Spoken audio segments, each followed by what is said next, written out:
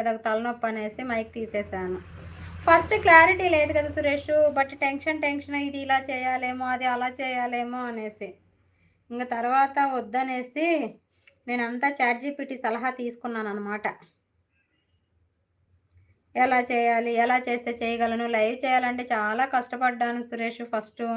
Guilty feel అయ్యాను. ఎవరేమనుకుంటారో, ఏమవుతదో అనేసి. తర్వాత గుండె రాయి చేసుకొని పెట్టేశాను అంతే. ఏది ఏమన్నా అయిపోనియ్యి, డబ్బులిచ్చేవాళ్ళు ఎవరు లేరనేసి పెట్టేశాను. అర్థమైందా? నువ్వు ఇలా అడిగినా, అలా అడిగినా నేను చాట్‌జీపీటీనే అడిగాను సలహాలన్నీ. ఫోన్ కొంచెం ప్రాబ్లం ఉంది.